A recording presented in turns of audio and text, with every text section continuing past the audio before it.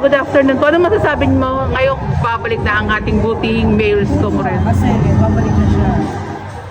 At ano po ba yung mga na-miss mo kay Mayor Isko Moreno? Pagsiservisyo niya. And yung mga sinabi kanina ni Mayor, ano pong makokomento nyo? Wala. Pasadong pasado. Pasadong pasado. May mensahe ka ba sa ating butihing Yorme?